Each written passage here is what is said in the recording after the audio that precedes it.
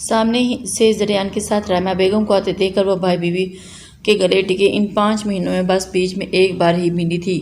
انا کو خوش دیکھ کر رحمہ بیگم کے دل میں سکون سا اتر آیا تھا۔ آج انہیں اپنے فیصلے پر بہت فخر محسوس ہو رہا تھا۔ انہوں نے اپنی بیٹی کے لیے ایک شہزادے کو چنا تھا اور وہ جانتی تھیں آج پہلی بار وہ ابی جان سے ملی، اور انہوں نے رحمہ بیگم کو گلے لگایا اور پچھلی کوئی بات انہوں نے نہیں کی۔ انا کی ماں کی حیثیت سے وہ سب سے ملی، سب نے ان کو بہت عزت دی۔ رحمہ بیگم کے ساتھ رشیدہ بھی ساتھ آئی تھی، حالے سفید ترکش برائڈل گاؤن میں، روحان کے ساتھ سچ سچ کر قدم اٹھاتی آگے بڑھ رہی تھی۔ ایک بلیک 3 پیس میں وہ اپنی شاندار پرسنالٹی کے ساتھ حالے کا ہاتھ پکڑے آگے بڑھنے لگا۔ ان کو دیکھنے والی ہر آنکھ میں ان کے لیے ستائش تھی۔ وہ ان کے ساتھ سٹیج پر بیٹھ گئی۔ عزت نے بھی سیم انا جیسا ہی سوٹ پہنا تھا، بس کلر چینج تھا۔ پنک کلر کے سوٹ میں وہ بھی سب کا دل بہلا رہی تھی۔ کچھ دیر کے بعد فوٹو سیشن ہوا اور پھر کھانے کا آرڈر لگ گیا۔ بہت خوبصورت لگ رہی ہو جان، عاشر نے اس کا ہاتھ پکڑ کر تعریف کی تو اس کی اتنی تعریف پر ہی کھل اٹھی۔ شادی کے بعد پہلی بار کب اس نے تعریف کی تھی؟ شکریہ عاشر، اس نے دھیمے انداز میں شکریہ ادا کیا۔ دل کر رہا ہے کھا جاؤں تمہیں۔ عاشر کی بات پر عزا ہاتھ پیچھے کر گئی۔ سب کے سامنے اتنی بے باکی پر عزا کانوں تک لو سرخ ہو گئی تھی۔ اس نے گھبرا کر چاروں طرف دیکھا، کسی نے دیکھ تو نہیں لیا، شکر ہے ابھی کوئی نہیں تھا۔ اس نے جلدی سے اپنا ہاتھ دوپٹے سے صحیح کیا تھا اور اس کی حرکتیں نوٹ کر رہی تھی۔ اس کے جاتے ہی شاطرانہ مسکراہٹ عاشر کے ہونٹوں پر بک اور وہ دیکھنے لگا جو لائٹ گرے 3 پیس میں خوبصورت لگ رہا تھا۔ اس کی آنکھوں میں عزا کے لیے جذبات تو شادی کے لیے تھا، اسے جلانے کے لیے۔ دل شیر نے بے دہانی میں ان پر نظر پڑی، عزا کے شرماتے روپ اور عاشر کی بے باکی پر اندر تک لہو بھان ہوا تھا۔ آنکھیں میچ کر چہرے کو دوسری سائڈ پر کر لیا۔ زریان سے ملتا ڈرائیور کے ساتھ شہر کے لیے نکل گیا اور اسے مزید برداشت نہیں ہو رہا تھا۔ پورا راستہ بس ایک لمحہ وہ اس کی آنکھوں میں گھومتا رہا کہ آنکھیں ضبط سے لال ہو گئیں۔ ونڈو سے باہر گزرتے مناظر دیکھتے ہوئے دھیان لیکن ابھی کچھ ٹیبل پر تھے جہاں وہ اور عاشر بیٹھے ہوئے تھے۔ ولیمے سے فارغ ہو کر سب حویلی آ گئے تھے۔ رحمہ بیگم واپس جا چکی تھی۔ سب نے ان کو روکنے کی کوشش کی لیکن وہ حویلی جانے کو تیار نہیں تھی۔ پھر زریان نے اپنی گارڈ اور ڈرائیور کے ساتھ بھجوا دیا تھا۔ ابھی سب لوگ لاؤنج میں بیٹھے تھے۔ عاشر بھی آج داماد ہونے کے فرائض نبھا رہا تھا۔ عزا کو بڑی پرسکون سی بیٹھی تھی۔ حالے بھی وہیں ابھی اسی حالت میں بھی جان کی گود میں سر رکھے ہوئے سو گئی تھی کیونکہ انہی وجہ سے اس کے پریگننسی کی وجہ سے اس کے پاؤں میں موچ آ گئی تھی تو اس نے چل نہ پائے۔ مرد باہر کے سارے کام نپٹا کر وہاں آ کر بیٹھ کے تھے۔ عزا بیٹا انام کو اپنے کمرے میں لے جاؤ، تھکی ہوگی، دونوں اس حالت میں زیادہ بیٹھنا ٹھیک نہیں۔ روحان جاؤ حالے کو روم میں لے جاؤ، اسے چلا نہیں جا رہا اور اس کے پاؤں میں درد ہے، بچی ہے گر نہ جائے۔ بی جان نے روحان کو مخاطب کیا جو شاید خود اسی انتظار میں تھا۔ مسکراتے ہوئے جلدی سے اٹھا اور اسے بازوؤں کے حصار میں لیتے ہوئے خود کو ہوا میں محسوس کرتے ہوئے اسے جھٹ سے آنکھ کھولی اور جلدی سے روحان کی جانب دیکھا۔ اچھے سے تھام لو خرگوش، آج تو میں تمہیں اچھے سے کھانے والا ہوں۔ اس نے حالے کے کان میں سرگوشی کی۔ مام، حالے نے گھبرا کر فائزہ کو آواز دینے کی کوشش کی۔ روحان نے جلدی سے اس کی کمر میں چنڈی کاٹی تو وہ سی کر کے رہ گئی تھی۔ سب کے چہرے پر دبی مسکراہٹ تھی۔ رک جاؤ روحان عالم، ابھی وہ آگے بڑھتا کہ اس آواز پر چونکا اور مڑ کر دیکھا۔ سب کی نظریں دروازے پر ٹکی تھی، کچھ چہروں پر حیرانی تو کچھ میں پریشانی واضح تھی۔ بی جان کے کہنے پر وہ کمرے میں آ گئی۔ عاشر پہلے ہی کمرے میں موجود تھا۔ کسی سے میوے گفتگو آتے ہوئے دیکھ کر فون بند کر دیا۔ عزا سے اس کی حرکت پر ابھی تک نظر اٹھانا مشکل تھا۔ وہ جلدی سے اپنے ایک سادے سے سوٹ میں واش روم میں گھس گئی تھی۔ تھوڑی دیر کے بعد جب وہ آئی تو عاشر ایسے ہی لیٹا ہوا تھا۔ وہ جا کر دوسری جانب لیٹ گیا۔ عاشر کی نظریں اسے گھبرانے پر مجبور کر رہی تھی۔ اس کے لیٹتے ہی اچانک عزا پر وہ جھک کر خمار آلود نظر سے اسے دیکھنے لگا۔ عزا کے پسینے چھوٹ گئے۔ وہ لاکھ اس کے نامل رہنے کے باوجود بھی لیکن وحشیانہ قربت کو برداشت کرنا اس کے نازک وجود کی بات نہیں تھی۔ ڈر اس کی آنکھوں میں صاف نظر آ رہا تھا۔ عاشر جھکا، اس کی نرمی پر لب رکھے اور گھٹن محسوس ہونے لگی۔ عاشر سے وہ بھی مزید کوئی حد پار کرتا کہ باعث داد جان کی گارزدار آواز پر گھبرا کر اٹھ گیا اور بھاگا۔ عزا بھی اس کے پیچھے بھاگی تھی۔ صبح 7 بجے کے قریب وہ کراچی پہنچا تھا اور اپنے محل نما گھر میں داخل ہوا تو عائزہ بیگم سامنے بیٹھی اس کا انتظار کر رہی تھی۔ پھر جا کر ان کے گلے ملا اور صوفے پر ان کی گود میں سر رکھ کر لیٹ گیا۔ عاشر اٹھو بیٹا، جا کر چینج کر لو، ناشتہ کر کے سو جانا۔ عائزہ بیگم نے اسے پیار سے اٹھاتے ہوئے کہا، نہیں موم، سکول مل رہا ہے یہاں۔ وہ آنکھیں مودے لیٹا اور عائزہ بیگم نے اس کے بالوں میں ہاتھ پھیرتی رہی۔ فراز خان عاشر کے والد کے آنے پر اٹھ کر بیٹھ گئے۔ تھوڑی دیر کے بعد وہ کمرے میں چلا گیا۔ سب کی نظر دروازے پر کھڑی وجود پر تھی۔ زریان نے پریشان نظروں میں روحان کو دیکھا۔ وہ خود بھی پریشانی کے عالم میں دروازے پر کھڑے زائش کو دیکھ رہا تھا۔ اس کا آنا اسے سمجھ نہیں آ رہا تھا، آخر وہ وہاں کیوں آئی تھی۔ زائش نے اس کی گود میں موجود حالے کا زہر ہوندہ ہند نظروں سے دیکھا تھا۔ کون ہو آپ بیٹا؟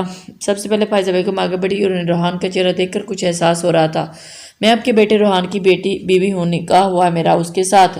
اس نے روتے ہوئے نکاح نامی اس کے ہاتھ میں دیا جو پتھر بن گئی تھی۔ اس کے الفاظ وہاں کے سر پر پہاڑ کی طرح گرے تھے۔ سب نے بے یقینی سے روحان کو دیکھا اور اس کا چہرہ اس وقت زلزلے کی صد میں تھا۔ اس نے حالے کو نیچے اتارا اور جارحانہ تیور لیے آگے بڑھا۔ کیوں آئی ہو تم یہاں؟ تمہاری ہمت کیسی ہوئی میرے گھر میں قدم رکھنے کی؟ اس نے زائش کو جھنجھوڑ کر دیکھا۔ میں تمہاری بیوی ہوں، تم کیسے کسی اور سے شادی کر سکتے ہو؟ وہ روتے ہوئے چیختے ہوئے اس کی حالت دیکھ کر اسے ایک دم سے دیکھا۔ نہیں ہو تم میری بیوی صرف خالیہ، نکلو یہاں سے۔ اور ابھی بازو سے دبوچ کر اسے باہر نکالنے لگا تھا۔ سب حیرانی سے یہ سب تماشا دیکھ رہے تھے۔ دادا جان نے فائزہ بیگم کے ہاتھ سے وہ جیسے جیسے پڑھتے گئے انہیں اپنے وجود بھاری محسوس ہونے لگا۔ دیکھو تم مجھے ایسے نہیں نکال سکتے، میں بیوی ہوں تمہاری، تم میرے ساتھ ایسا نہیں کر سکتے، میں تمہارے بچے کی ماں بننے والی ہوں۔ وہ چیخے جا رہی تھی اور جیسے جیسے آگے بڑھ رہی تھی۔ رک جاؤ دادا جان نے بے یقینی سے دادا جان نے کہا۔ وہ قدم چلتے اس کے پاس آئے اور پیپر اس کے سامنے لہرائے۔ یہ کیا ہے؟ اس میں بہت سر تھا۔ روحان سب کے سامنے۔ دادا جان میں آپ کو سب سمجھاتا ہوں، یہ سچ ہے کہ یا جھوٹ؟ آپ کے اس نے دھاڑ پر اس نے بہت دل تھام لیا۔ دادا جان آپ ریلیکس۔ زریعہ نے ان کو سمجھانے کی کوشش کی۔ انہوں نے ہاتھ اٹھا کر انہیں خاموش کروا دیا۔ جھوٹ یا سچ؟ اب وہ روحان سے مخاطب ہوا۔ سچ ہے لیکن اس میں بھی بہت جھوٹ ہے۔ اس کی گال پر تھپڑ پڑا تو اس نے بے یقینی کہ ان کو دیکھا۔ انا اور ایزا نے منہ پر ہاتھ رکھ کر اپنی چیخ کرو گا۔ کیا یہ سچ ہے وہ تمہارے بچے کی ماں بننے والی ہے؟ فائزہ بیگم کی آنکھوں میں آنسو امڑ آئے۔ نہیں ماما یہ جھوٹ ہے، یہ سچ ہے، یہ رہی میری رپورٹس، آپ چاہیں تو ابھی چیک اپ کروا سکتے ہیں۔ اور اس رات وہ میرے ساتھ نہیں تھا، اس نے مجھ سے بیوی ہونے کا حق نہیں لیا۔ اور اس قدر بے باکی پر روحان اسے پہلے جا کر تھپڑ لگاتا۔ دھڑام سے کچھ گرنے پر سب کچھ مڑ کر دیکھا جو اس کے بلائے بیٹھی تھی اور اس کی طرف بڑھے۔ می جان کا سینے پر ہاتھ پڑا تھا۔ ایزا اور انا اٹھاتے ہوئے رونے لگی۔ سے پہلے کہ روحان بے سے اس کی طرف بڑھتا دادا جان نے اس کا ہاتھ پکڑ لیا۔ خبردار ایک قدم بھی آگے بڑھایا ورنہ ہم بھول جائیں گے کہ تم ہمارے پوتے ہو، لہجے میں کہتے ہوئے آگے بڑھ گئے تھے۔ زریان نے حالے کو اٹھایا اور باہر کی طرف سب کے پیچھے بھاگے۔ بی جان نے وہیں بیٹھے آنسو رواں تھے۔ روحان اپنی گاڑی میں بیٹھتا اس کے پیچھے بھاگا تھا۔ کاش یہ کوئی اس سے پوچھتا خود کو مرتے دیکھنا کیسا ہوتا ہے۔ وہ سب ہاسپٹل میں موجود تھے۔ فائزہ بیگم تو باقاعدہ سجدے میں گری پیڑی رو رہی تھی۔ روحان کسی کے پاس نہیں آنے دیا تھا۔ وہ وہاں سے کچھ قدم کے فاصلے پر ہی بے چینی سے چکر کاٹ رہا تھا۔ آنکھیں ضب سے لال ہو رہی تھی اور اس وقت اس کی آنکھوں سے آنسو چھلک رہے تھے۔ ڈاکٹر روم سے باہر نکلا۔ سب نے بے چینی سے اس کی طرف دیکھا اور روحان کے ساتھ۔ کیا ہوا ڈاکٹر صاحب؟ میرے بچے کو ٹھیک تو ہے نا؟ دادا جان نے فکر سے پوچھا۔ جی ابھی تو بہتر ہے لیکن انہیں کوئی گہرا صدمہ پہنچا جس کی وجہ سے یہ بے ہوش ہو گئی ہیں۔ دلہن کے لباس میں کیا آپ لوگ زبردستی سے ان سے شادی کروائی ہے؟ ایسا نہیں، ایسا ہے تو بہت غلط ہے۔ اب آپ کوشش کریں کہ ان کو مزید تکلیف نہ ہو۔ بچی اس ایج میں برداشت نہیں کر پائے گی صدمہ، اس لیے تک حیا رکھیے گا، ان کی مرضی کے خلاف کچھ بھی نہ ہو۔ لوگ ان سے مل سکتے ہیں، ڈرپ ختم ہونے کے بعد آپ انہیں گھر لے جا سکتے ہیں۔ ڈاکٹر جو اس کی اس حالت دیکھ کر سمجھ گیا تھا اور آگے بڑھ گیا۔ روحان نے سب سے اندر جانا چاہا لیکن دادا جان نے روک لیا۔ وہ نہ جاتے ہوئے بھی بے بسی سے زریان کی طرف دیکھا۔ زریان کی آنکھوں میں اس کے لیے صرف غصہ اور افسوس تھا اور اس سب کچھ چھین لیا حالے کا ٹھیک ہونے کا۔ فائزہ بیگم، انا اور ایزا سب سے پہلے اندر گئی، اس کے ارد گرد بیٹھے۔ حالے فائزہ بیگم کی آواز میں بے انتہا تڑپ تھی۔ ایزا اور انا کے آنسو نکل آئے۔ بچے اپنی مما کو معاف کر دو۔ حالے جو آنکھیں بند کیے بیٹھی تھی ان کی آواز میں تڑپ گئی تھی۔ جھٹ سے آنکھیں کھولی اور ان کے ہاتھ تھم کر ہونٹوں سے نہیں کریں پلیز مما، مجھے گھر جانا ہے، مجھے کچھ نہیں چاہیے، بس مجھے گھر جانا ہے بس۔ وہ بچوں کی طرح رونے لگی۔ جب وہ گھر آئے تو زائش لاؤنج میں ایک صوفے پر بیٹھی تھی اور بی جان بھی ابھی تک اسی حالت میں بیٹھی تھی۔ چٹاہ وہ زائش کی طرف بڑھا اور کھینچ کر تھپڑ اس کے دونوں گالوں پر جڑ دیے۔ بی جان گھبرا گئی۔ زائش ابھی بھی ڈٹھائی سے اسے دیکھ رہی تھی۔ تمہاری ہمت کیسی ہوئی یہاں آنے کی؟ روحان بالوں سے پکڑ کر اسے کھڑا کیا۔ روحان کے اسے گاڑی تھی۔ ایک پل زائش گھبرا گئی تھی۔ میں تمہاری بیوی ہوں، تم میری بیوی نہیں ہو، میں تمہیں طلاق دے چکا ہوں اور پھر تمہیں لگتا ہے کہ تم میری ہو تو روحان عالم میں تمہیں طلاق دیتا ہوں۔ اس کی داڑھ حویلی میں ایک طرف گجلی تھی۔ حالے نے زور سے سہارے لیے، زریان کے بازو کو دبوچا اور سہارا لے کر اندر کی طرف بڑھ گئی۔ میرے پیٹ میں تمہارا بچہ ہے روحان عالم، تم مجھے بھلے طلاق کیسے دے سکتے ہو لیکن میں اپنی اولاد ان کو مانتے نہیں۔ زائش نے ایک نظر حالے پر ڈالی اور پھر روحان کی آنکھوں میں آنکھیں گاڑے پوچھا۔ نہ جانے کیوں روحان اس کی آنکھوں سے تمسخر صاف نظر آیا۔ بھیا ان سے کہیں کہ یہاں سے چلی جائے۔ حالے نے روحان کی طرف انگلی اٹھاتے ہوئے اٹکتے ہوئے زریان سے التجا کی تھی۔ حویلی کا ہر فرد پریشان تھا۔ حالے میری بچی ایسے مت بولو، بی جان نے اٹھتے ہوئے ان کے پاس آتے ہوئے کہا۔ بی جان اگر یہ یہاں رہے تو میں خود ختم کر لوں گی۔ اس نے سرد میری سے اپنی چھوٹی سی حالے کو دیکھا اور ان کی حالیں روحان اس کی عقل ٹھکانے لگانے جارحانہ انداز میں اس کے پاس پہنچا اور اس سے پہلے کہ ہاتھ لگا ریحان نے روحان کو دور کیا۔ تم ابھی جاؤ روحان، یہاں سے بعد میں بات کریں گے۔ ریحان نے فی الحال معاملہ رفع کرنے کی کوشش کی۔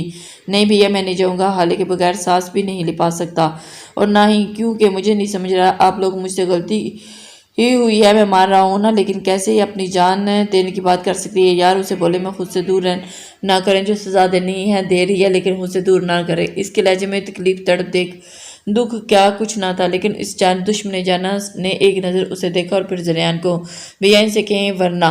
حالے کی چیخ اسے بے یقینی کے حالے میں دیکھا اور سب کی نظریں حالے پر تھی جس نے آج تک کبھی اونچی آواز میں بات نہیں کی تھی، آپ سب کے سامنے اونچی آواز میں بول رہی تھی روحان یہاں سے نکل جاؤ، اب تک تم شکل مت دکھانا جب تک حالے نہیں چاہے گی، ورنہ میرا غصہ تم دیکھ رہے ہو۔ روحان ماما روحان کو بنا غصے دیکھے اس کی بات کچھ ماہ کے بعد یار 1-2 دن کا سٹے ہے اور پھر واپس آ جاؤں گا، تمہیں پتہ ہے نا منا کی برتھ ڈے ہے، لاسٹ پر بھی نہیں جا سکا تھا۔ دل شیر نے اسے کہا تھا ہم ٹھیک ہے، اپنا خیال رکھنا، مجھے بھی نکلنا ہے، آج حمزہ گروپ آف انڈسٹری کے ساتھ میٹنگ ہے آج۔ روحان گہری سنجیدگی سے کہتا ہے، اس سے مل کر وہاں سے نکل گیا۔ دل شیر بھی اپنا سامان اٹھاتا ایئرپورٹ کے نکل گیا۔ ان گزرے مہینوں میں ان کی جذبات کم ہونے کے بجائے بڑھ گئے تھے۔ عزت سے تو دن بدن شدت اختیار کر گیا تھا، لیکن اس نے اللہ سے دوستی مضبوط کر لی تھی اور یہی ایک سکون کی وجہ تھی۔ رات کے 11 بجے وہ کینیڈا پہنچا اور راستے میں ایک کیک اور پھولوں کا بڑا بوکے لے لیا تھا۔ وہ اپنی بہن کے دروازے پر کھڑا بیل بجانے کے انتظار میں تھا۔ Happy birthday to you, happy birthday to you Munna. نیند سے بوجھل آنکھوں سے ہمنا نے دروازہ کھولا اور سامنے کھڑے دل شیر کو اس کی حالت دیکھ کر ایک دم سے وہ بھاگتے ہوئے اس کے گلے لگے۔ تھینک یو سو مچ بھائی، آپ نے بتایا کیوں نہیں آپ آ رہے ہیں، اس لیے وہ اسے لیے اندر بڑھ گئی تھی۔ حالے میں نے کہا کھانا کھاؤ ورنہ 2 تھپڑ لگاؤں گی، عقل ٹھکانے آ جائے گی، تنگ کر کے رکھا ہوا ہے سب نے مجھے۔ فائزہ بیگم نے ڈانٹتے ہوئے اسے کھانا کھلانے لگی جو صبح سے بخار میں مبتلا تھی۔ 2-3 نمانے لینے کے بعد اس نے روک دیا۔ ماما میرا دل نہیں کر رہا، پلیز مجھے نہیں کھانا، بس اس نے التجا کی۔ فائزہ بیگم نے مزید اسے تنگ نہیں کیا اور برتن اٹھا لیے، کمرے کی لائٹ آف کرتے ہوئے نکل گئی۔ اس کے جاتے ہی کب سے رکے آنسو گالوں پر بہنے لگے تھے۔ میں آپ کو کبھی معاف نہیں کروں گی، آپ نے حالے کو مار دیا، آپ اپنی بیوی بچوں کے ساتھ اتنے خوش ہیں کہ آپ کو ایک بار بھی حالے کی یاد نہیں آئی۔ اب حالے کبھی بھی نہیں روئے گی۔ وہ تو کہ سینے میں دوبچے ہچکیوں میں رونے لگی۔ جب سے گیا تھا وہ یہی تو ہونے لگا تھا، ہر رات وہ ایسے اسے ناراضگی کا اظہار کرتی، لیکن اس نے روحان سے لاکھ ناراضگی کے باوجود بھی اس کا کمرہ نہیں چھوڑا تھا۔ آج بھی وہ اس کے کمرے میں رہتی تھی، اس کے کمرے کی ہر چیز سے روحان کی خوشبو آتی تھی، لیکن پھر بھی نہ ہی روحان دوبارہ ویلی آنے کی کوشش کی۔ کب روتے روتے وہ گہری نیند میں چلے گی اسے پتہ ہی نہیں چلا۔ ریحان اٹھے، ریحان کسی کے جھنجھوڑے پر ہڑبڑا کر اٹھا، انا پیٹ پکڑے کرا رہی تھی اور اس کی 2 دن کی ڈیٹ تھی، لیکن اچانک اس کی طبیعت خراب ہو گئی۔ ریحان نے جلدی سے اسے تھاما، کیا ہوا؟ طبیعت تکلیف ہو رہی ہے مما، مجھے بہت درد ہو رہا ہے اور بہت، انا نے اٹکتے ہوئے کہا۔ ریحان نے جلدی سے عالم صاحب کے نمبر پر کال کی۔ تھوڑی دیر کے بعد ہسپتال کے کوریڈور میں ادھر ادھر چکر لگا رہا تھا۔ ریحان بیٹھ جاؤ بیٹا، سب ٹھیک ہو جائے گا، تم دعا کرو، فائزہ بیگم نے اسے بٹھاتے ہوئے کہا۔ ماما اتنا ٹائم کیوں لگ رہا ہے؟ وہ ٹھیک تو ہوگی نا؟ پریشانی کے عالم میں واضح تھی۔ بیٹا پریشان مت ہو، سب ٹھیک ہوگا، عالم صاحب نے دادا جان اور ان کی پریشانی مسکرا دیے۔ تھوڑی دیر کے بعد ایک ڈاکٹر ایک خوبصورت کمبل میں لپیٹے بچے کو لے کر آئی اور فائزہ بیگم کے ہاتھ میں تھما دیا۔ مبارک ہو، ماشاءاللہ بیٹی ہوئی ہے۔ ڈاکٹر کے الفاظ پر سب کے چہروں پر خوشی بکھر گئی۔ ریحان بے یقینی کے عالم میں اس کے وجود کو دیکھنے لگا۔ میری بہو تو ٹھیک ہے نا؟ فائزہ بیگم نے ڈاکٹر سے پوچھا۔ جی ماں اور بچہ دونوں ٹھیک ہے، تھوڑی دیر کے بعد ماں کو روم میں شفٹ کر دیا جائے گا، آپ لوگ مل سکتے ہیں، ڈاکٹر نے مسکراتے ہوئے کہا۔ دادا جان نے بچی کو گود میں اٹھایا اور اس کے ماتھے پر بوسہ دیا۔ باری باری سب ملے۔ بابا نے بچی کو ریحان کی گود میں دی اور مبارک بیٹا، اللہ نے تمہیں رحمت سے نوازا ہے۔ جو ٹکٹکی باندھے کمبل میں موجود دیکھ رہا تھا اور اپنی گود میں آنے پر ہوش میں ساخت تھا، اس کی گالوں پر ایک لمس لیا اور بہت نرم لمس تھا۔ ایک آنسو اس کی آنکھوں سے نکل آیا۔ بہت مسکرا رہے انا کو روم میں شفٹ کر دیا گیا، اس سے مل کر آئے تھے۔ وہ کمرے میں گیا تو آنکھیں موندی لیٹی تھی۔ ریحان بھاری قدم اٹھاتا اس تک پہنچا، اس کے ماتھے پر بوسہ دیا۔ مجھے اتنا خوبصورت تحفہ دینے کا شکریہ زندگی۔ انا نے آنکھیں کھولی اور اسے دیکھنے لگی اور خوشی اس کی آنکھوں میں بھی تھی، لیکن وہ جو ریحان کی آنکھوں میں دیکھتی خود ہی آگے وہ کبھی نہیں لگی۔ آپ خوش ہیں؟ اس نے ریحان کا گال چھوتے ہوئے پوچھا۔ ریحان اسی پر جھکا ہوا تھا۔ خوشی شاید بہت چھوٹا لفظ ہے، میں اپنی فیلنگز بتا نہیں پا رہا، مجھے لگ رہا ہے کہ سب کچھ مل گیا، بس میری زندگی مکمل ہوگی۔ اس کی خوشی دیکھ انا کی آنکھوں میں سکون سا آ گیا تھا کہ موت کی اس کا باپ بھی اسی خاندان کا تھا۔ لیکن اس نے صرف بیٹی پیدا کرنے کے جرم میں اس کی ماں کو دربدر کیا اور آج ریان نے ثابت کر دیا ہر مرد ایک جیسا نہیں ہوتا۔ حالے کو جب پتہ چلا کہ وہ بی بی جان کو لیتی ڈرائیور کے ساتھ ہاسپٹل پہنچ چکی، آپ کو بچی میں گود لیتے ہوئے چومنے میں مصروف تھی۔ بی جان یہ کتنی نرم ہے، دل کر رہا ہے کھا جاؤں۔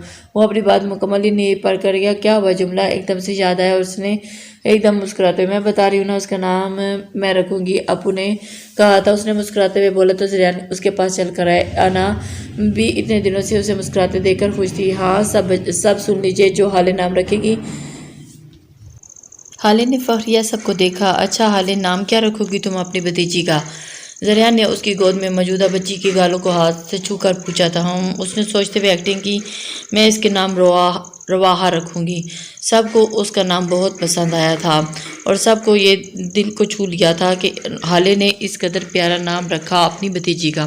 ریان کو تو اس پہ بہت پیار آیا تھا۔ وہ فجر کی نماز ادا کر کے آیا تھا۔ رات بھی مننا کے ساتھ وقت گزارنے کا پتہ ہی نہیں چلا اور کافی دیر تک سویا تھا۔ ویسے بھی اس کی پوری رات عزا کو یاد کرتے گزر جاتی تھی اور نیند پوری نہیں ہوتی تھی۔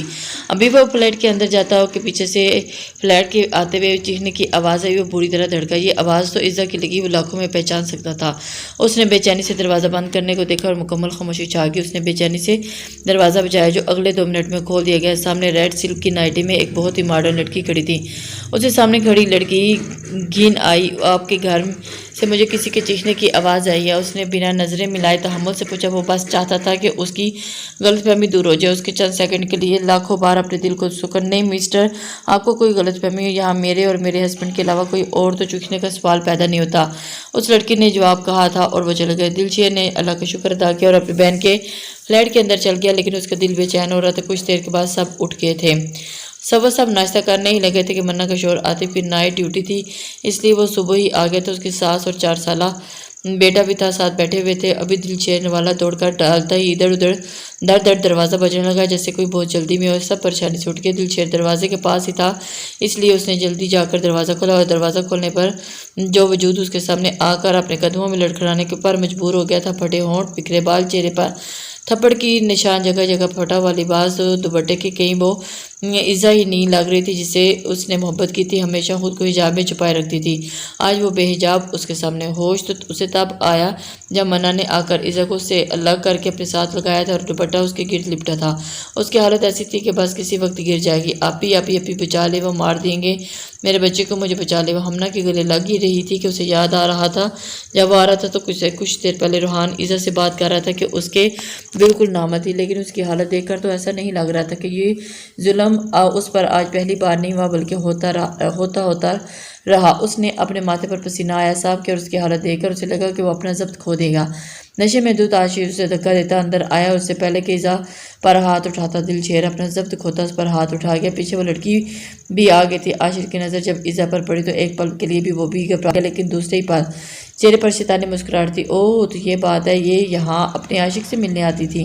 میں بھی تو بولوں یہ کیسے یہ لوگ اتنے ہمدرد بن گئے؟ اب سمجھ میں آیا، وجہ تو میرے سامنے ہے۔ مسٹر دلشیر خان، عزا عالم کا ایکس نہیں، کرنٹ بوائے فرینڈ۔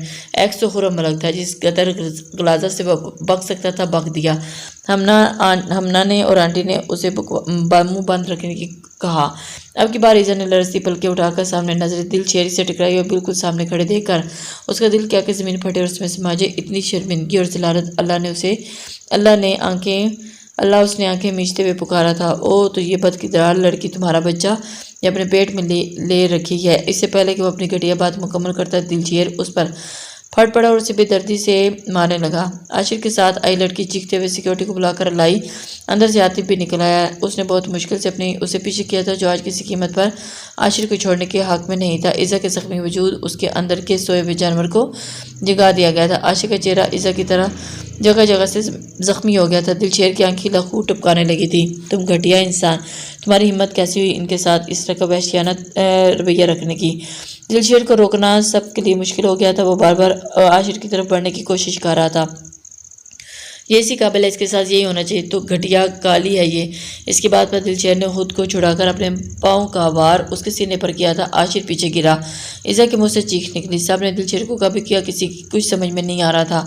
عاشق اٹھا اور 3 لفظ بولتا مغزلات بکتا ہوا ادھر سے نکل گیا اور اس کے پیچھے وہ لڑکی چلی گئی۔